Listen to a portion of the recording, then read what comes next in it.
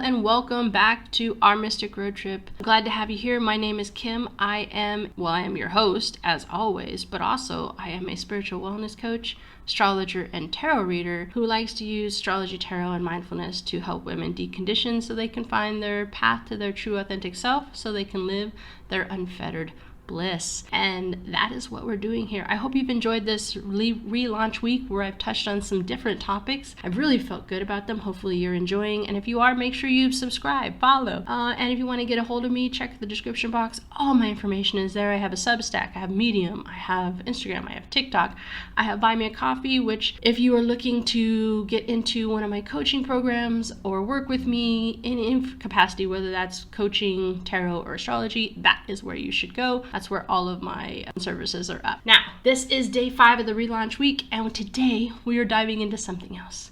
So at the beginning, I told you I was an astrologer, spiritual wellness coach, and a tarot reader. Part of the spiritual wellness coaching, also, I am a holistic dietitian. And so I happen to think that on top of working with your mind and everything else, your body is super important. So holistic diet, it matters a lot because it helps you come back to your body. And one of the things that happens when we're being conditioned is we stop listening to our bodies. Our bodies know, and we just don't pay attention. So here's why we're covering this. It is the first map of conditioning. Before you ever questioned a thought, your body was holding tension, it was forming habits, and it was responding to stress, the environment, expectations, and all of that. So things like cravings and fatigue and restlessness, even your posture, none of that is random. I'm going to say that again. None of that is random. It's learned. It's repeated. It's reinforced over time. So many times what I see is when we're talking about deconditioning, we're talking about our mental aspects and our emotional, which is not bad, right? But it has to be embodied as well. You have to be able to think your way into alignment while your body's still running on old programs. Now, mind and heart deconditioning kind of looks like this. Right? You got mind and heart, but you got your body too. When you're using deconditioning tools, you're going to start noticing when your body tightens instead of relaxes. Recognize when something feels draining instead of nourishing. And that's going to allow you to pause long enough to actually feel what's going on. Because here's the thing, your body will tell you when something is off, when something is, and then also it will tell you when things are aligned. The problem is most of us, we're kind of taught to ignore it. How many of you guys, raise your hand, I'm going to raise, I know you can't see it, but it's raised. How many of you guys feel crappy after a day where you have done nothing?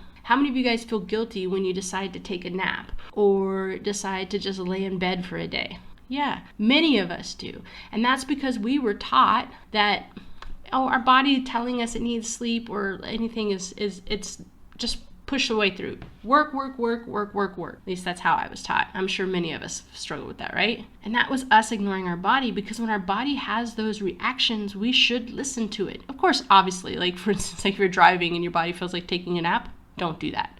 Don't do that. But maybe that means when you get home, instead of doing the 50,000 chores you have to do, air quotes, you take a 30-minute nap or you take an hour nap. If your body is telling you need sleep, something is off. You need to listen to it. And sleep is a key, vital, important part when it comes to deconditioning and getting back in alignment with yourself. Because alignment equals awareness and nourishment. Alignment is not just a mindset. Let me repeat that. Alignment is not just a mindset. It is a state your body recognizes. So in this situation could show up as steady energy instead of a constant crashes, feeling grounded instead of scattered, a sense of ease instead of underlying tension. And here's what the trick is. Not only does that, require things to do with the mind, but it needs foods that support you. It means movement that energizes you. It means routines that regulate you and not restrict you. Not trends, not punishment, not what works for everyone else, what works for you. And that's going to be different for almost everybody. There's going to be little tweaks. There is no one-size-fits-all holistic diet that's going to work for everybody across the board. We are all individuals and we are all different people. Now, I talked yesterday about my 3 keys method.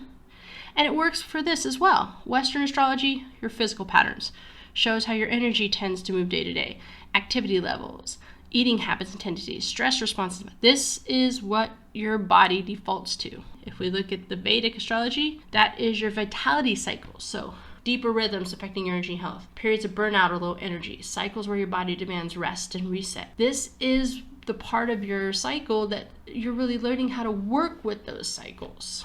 And then if we get down to the draconic, that is your natural rhythm. This is your body in alignment before the conditioning took over. It's going to show you foods that feel naturally nourishing, movement that feels intuitive, not forced, routines that create ease and flow. All of these things are there. This is where your body starts feeling like a partner instead of your enemy. I'll give you an example. So, exercise, right? I have a friend who loves to go hit the gym, loves to lift weights. It vitalizes them. It gives them energy. It feels intuitive to them. For me, not so much so. But if you get me out on the dance floor or you get me out on a hike, that feels intuitive for me. It's still movement. It's just you have to figure out what works for your body and works for you, okay? Because then when you have all these things, these routines and these movements that feel intuitive and foods that feel natural, you're going to start being more in alignment. You're going to start being healthy, right? This is about reclaiming the sovereignty over your body.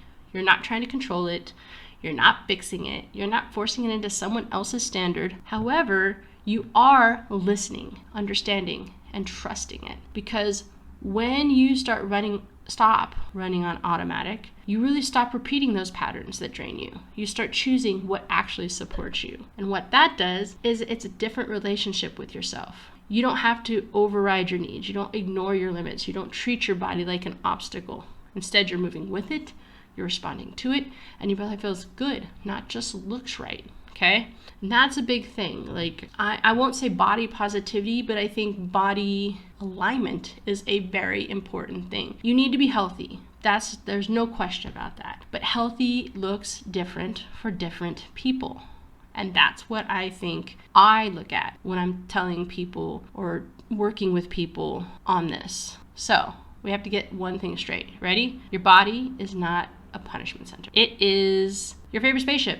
It's complex, it's responsive, and it's doing its best to keep you alive through all of these challenging decisions and life obstacles. And just so you know, your gut, it has opinions, and they're usually right. So you need to listen to your body, and that's going to be helpful when it comes to everything. So hopefully you guys enjoyed this episode. I enjoyed chatting with you for a little bit.